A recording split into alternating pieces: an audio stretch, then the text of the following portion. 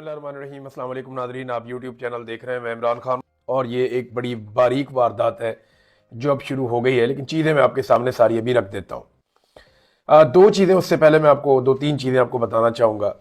एक तो मैं आपको सुनवाता हूँ इमरान खान साहब का एक स्टेटमेंट जो उन्होंने माजी में दिया था।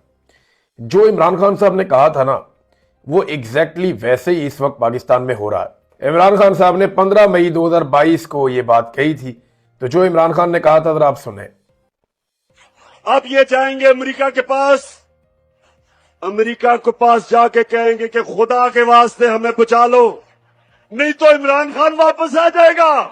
जब अमेरिकन अगर इनकी मदद करेंगे, कभी भी अमेरिकी मदद नहीं करेंगे जब तक वो इनके गले में जंजीर पूरी तरह टाइट करके नहीं डालेंगे।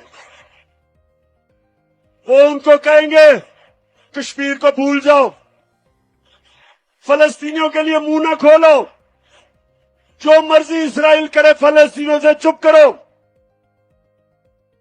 अगर रूस 30% कम पे तेल दे रहा है तो आपने नहीं लेना, क्योंकि आप हमारे गुलाम हैं। अगर आपने 30 लाख टन गंदम आपको जरूरत है, आप रूस से नहीं ले सकते। अगर आपने पाकिस्तान को अगर ईरान से सस्ती गैस मिलेगी, वो कहेंगे हमने आपको इजाजत नहीं दी।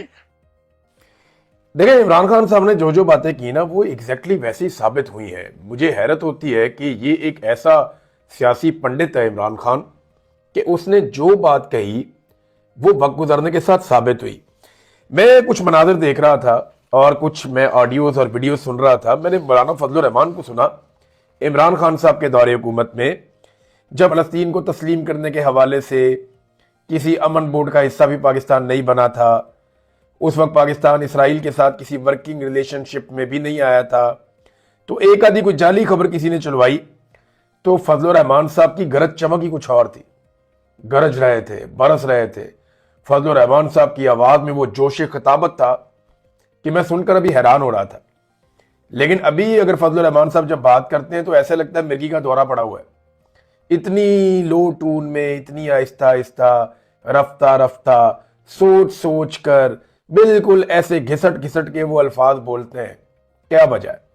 इमरान खान के दौर में तो ये शख्स बहुत गुस्से में रहता था, बहुत जज्बात में रहता था, जज्बात भड़कते रहते थे कि ये कर दिया जी इसराइल के लिए, वो कर दिया जी, और यहूदी एजेंट का ये कार्ड लेके फिरते थे हर जगह।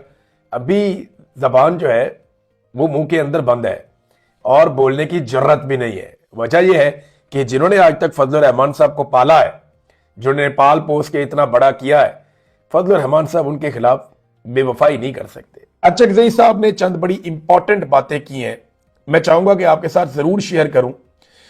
उन्होंने कहा जी इस तमाम सूरत हाल का वाहिद हल जो है, ये कराची के अंदर क्योंकि एक तहरीके तहफ़्फ़ुज़ आईन पाकिस्तान की मीटिंग हुई, तो उन्होंने कहा इस तमाम सूरत हाल का वाहिद हल जमहूरियत है। हमें ऐसी जमहूरियत चाहिए जहां छोटी कौमें भी बोल सकें, जहां इख्तलाफ राय को जुर्म ना समझा जाए, जहां नाइंसाफी घरों को उजाड़ने की बजाय इंसाफ खुशहाली लाए। नाइंसाफी भाइयों को लड़ा देती है, मुआशरे को तोड़ देती है और बदएतमादी को जन्म देती है। किसी ने दुरुस्त कहा था कि पाकिस्तान कौमों का एक कैद खाना बन चुका है, पिंजरा है, चाहे वो सोने का हो या जवाहरात से सजा हुआ हो, पिंजरा आखिर पिंजरा ही होता है। आजादी के बगैर कोई कौम तरक्की नहीं कर सकती। फिर अचकज़ई साहब ने कहा कि अंग्रेजों ने सड़कें भी बना दी थी, रेलवे भी बना दिए थे, तालीमी इदारे भी बना दिए थे, मगर फिर भी हम गुलामी पर मुतमईन नहीं हुए थे, क्योंकि हमें इज्जत के साथ जीना था। 13 अगस्त 1947 को हमने एक बावकार कौम थे हम, मगर चंद फैसलों ने हमें उस रास्ते से हटा दिया। एक कुरान, एक इस्लाम, एक कौम और एक पाकिस्तान का नारा तभी कामयाब हो सकता है जब इसकी बुनियाद इंसाफ पर हो, और बदकिस्मती से वो बुनियाद मजबूत नहीं की जा सकी। महमूद खान अचकज़ई से कहा कि बदकिस्मती से वाहिद मुल्क है जहां पे जमीर बेचने वाले को अच्छा शहरी समझा जाता है और सच बोलने वाले को मुजरिम ठहरा दिया जाता है। वफादारियां बेची जाती हैं और यही सबसे बड़ा हुनर समझा जाता है। कायदे आज़म ने अपनी जिंदगी में एक बात से खबरदार किया था कि जमीर फरोशी इस मुल्क को खोखला कर देगी اور آج ہم وہی منظر دیکھ رہے ہیں۔ جب سے پاکستان بنا ہے مشکلات کا شکار ہے، لیکن جو صورتحال آج ہے وہ ہماری اپنی غلطیوں، بدعنوانیوں اور غرور اور تکبر اور لالچ کا نتیجہ ہے۔ آج پاکستان ایک ایسے جہاز کی طرح ہو گیا ہے جو اپنا سمت کھو چکا ہے۔ ہم نے یہ تحریک اس وقت بنائی جب ہمیں اندازہ ہو گیا تھا کہ آئین اور جمہوریت پر حملے ہونے والے ہیں۔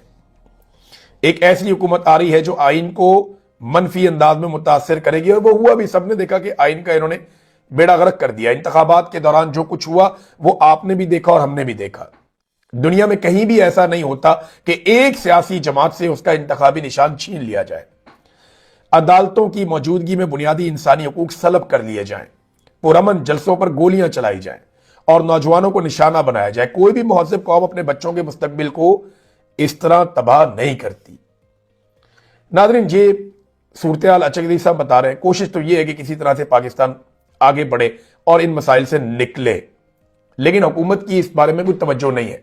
جس طرح یہ شادیاں انجوائے کر رہے ہیں، جس طرح یہ بین الاقوامی سطح پہ یو ٹرن لے چکے ہیں، جس طرح پاکستان میں ظلم، جبر اور فسطائیت کو جواز دے رہے ہیں، جیسے عدالتوں کو اور میڈیا کو کنٹرول کر لیا ہے، ان کا کوئی ارادہ نہیں۔ ناظرین، اس وقت جب میں یہ ویلاگ ریکارڈ کر رہا ہوں نا، بڑے کروشل ٹائم اس وقت ہے، اور اس کی وجہ یہ ہے حالات بڑے کشیدہ ہیں ایران کے آس پاس۔ بہت ساری جو